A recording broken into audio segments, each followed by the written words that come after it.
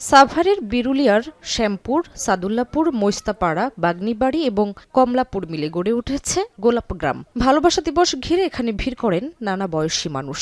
ভালোবাসার মুহূর্ত বন্দী করতে ব্যস্ত সবাই।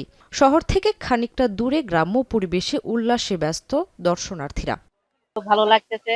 আর একটা হচ্ছে পহেলা ফাল্গুন, সবাইকে নিয়ে আসছি, ঘুরতেছি, এই তো ভালো লাগতেছে। 14 ফেব্রুয়ারি এখানে অনেক ভিড় জমছে, আমরা সবাই আসছি পরিবার সহ, আমাদের সবারই ভালো লাগছে। ভালোবাসা দিবস উপলক্ষে সকল দর্শনার্থীরা এখানে ভিড় করেছে। আমি আসছি আমার পরিবারকে নিয়ে, ভালোই লাগছে। বসন্তর বাতাসটা, বসন্তের পরিবেশটা সবকিছু আমাকে সবসময় আকৃষ্ট করে। নতুন লাইফবয় অ্যালোভেরা শ্যাম্পু চুল করে ন্যাচারালি স্ট্রং মাত্র 2 টাকায়। যশোরের যেই গদখালিতে যে ফুলের বাগান, ওখানে তো সবচেয়ে বড় বাংলাদেশে। আমরা ওটা দেখে দেখে অভ্যস্ত, কিন্তু চিন্তা করলাম যে ঢাকাতে যেটা আছে এখানেও একটু যাই আমরা। এই সৌন্দর্যের আড়ালে লুকিয়ে আছে হতাশার গল্প।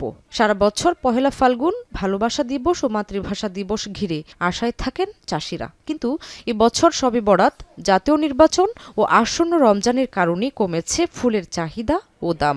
12 তারিখে এগুলো আমাকে ফুল বেচা কিনা, কিন্তু ওই দিনকে পড়ছে মোটামুটির যে একটা পড়ছে, এই কারণে ফুল তেমন একটা ভালো যায়নি। বর্তমানে আমরা কি লসের উপরে আছি, জায়গাটা এটা যে কি চালান উঠানো যায় ওই পর্যায়ে আছি। এবারের অবস্থা ভালো না। এলাকায় নতুন নতুন লোক আসতেছে, ফলট কিনতেছে। এতে দেখা গেছে যে যারা ফুল ক্ষেত করে, এই ফুল ক্ষেত গুলা বিক্রি করে লাইতেছে, জমিগুলা যাদের জমি, এই কারণে আর কি ফুল ক্ষেতের চাষাবাদ কমে গেছে। নির্বাচন, শবে বরাত আর সামনে রমজান, সব মিলিয়ে কমেছে ফুলের চাহিদা। এতে লোকসানের মুখে পড়েছেন চাষিরা। অন্যদিকে আবাসন প্রকল্পের আগ্রাসনে কমছে চাষের জমি। 1 দশকে 300 হেক্টর থেকে নেমে এসেছে মাত্র 120 হেক্টরে গোলাপ চাষ।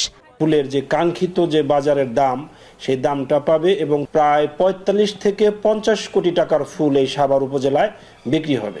সৌন্দর্যে ভরা এই গোলাপ গ্রাম শুধু ভালোবাসার প্রতীকী নয়, অনেক মানুষের জীবিকার উৎস।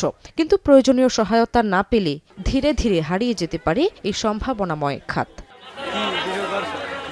এখন সাভার।